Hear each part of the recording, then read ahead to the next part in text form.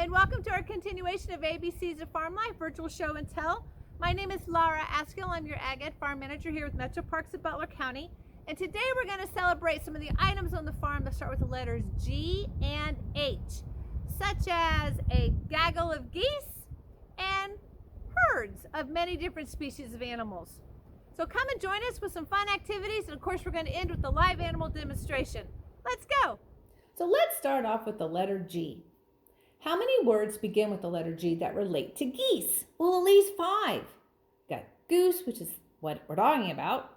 Gosling, which is a baby goose. Gander is a male or a boy goose. Geese are more than one goose or a gander. And a gaggle is a group of geese.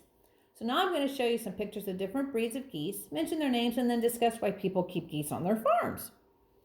The first one is the African goose. I am very partial to this heavy breed because when I was a little girl, we had a Mr. and Mrs. African goose. They were a great security system. They would raise a loud honking alarm anytime something unusual occurs, and they would act as guards and help protect our smaller flocks of ducks and chickens. So here is a pair of lightweight pilgrim geese and their goslings. This breed is known for being calm and friendly and are raised for meat. They do live a long time if healthy and conditions are right, up to 15 years. Here is a similar looking breed called a Toulouse, and it's a heavyweight. It has been around for a long time, showing up in the record books since 1555. Now, geese do lay eggs, not very often, and they are large, which is equivalent to about 3 chickens' eggs.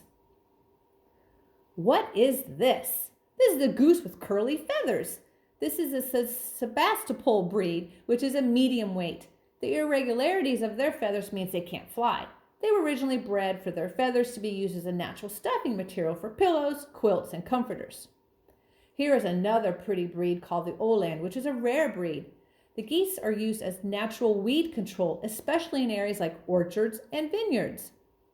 Well, these Canada geese aren't rare. If you have a grassy yard and water nearby, you may have the opportunity to observe these birds.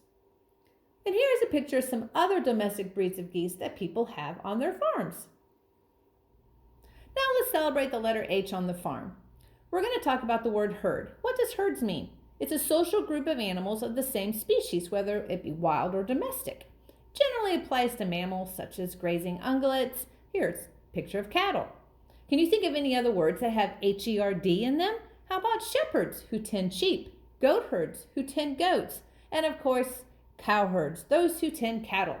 I tend to call these people cowboys. Groups of animals are called other names besides herds. Have you heard of a sounder, which is a group of pigs? A baron, group of mules? And I'm pretty sure you've heard a flock of chickens. And this one you should already know, a gaggle of geese. Animals form herds for several different reasons. Biggest one is that the risk of being preyed upon for any particular individual is smaller within a large group. The predator has to decide which individual to attack. This is called the dilution effect. Fish form herds called shoals. They synchronize their movements and it becomes harder for predators to focus on a particular individual. However, animals that are weak or slower or on the periphery, the outside edges of the herd, are preferred by predators. So certain positions within the group are better than others too. Birds flying together use aerodynamic effects to reduce wind resistance, like this V-shaped form with the Canada geese.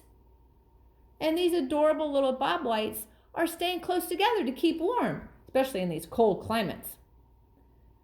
Groups of animals are more likely to find compatible mates than are solitary animals. And in a large group, each individual doesn't have to spend as much time constantly watching for predators. Domestic animal herds are assembled by humans for practicality in raising them and controlling them. And last but not least, trying to find food is very costly for individual animals, and therefore groups might have an advantage in finding food. But there is a disadvantage here too, more competition for available resources. We train dogs to herd other animals. Here is a border collie which is herding ducks. We will explore this activity more during our Dogs on the Farm virtual show and tell. Now is a good time to print off the animal group name matching activity and fill it out. The answers are going to show up in 2, 1 second. How'd you do? So here is a small gaggle of Canada geese.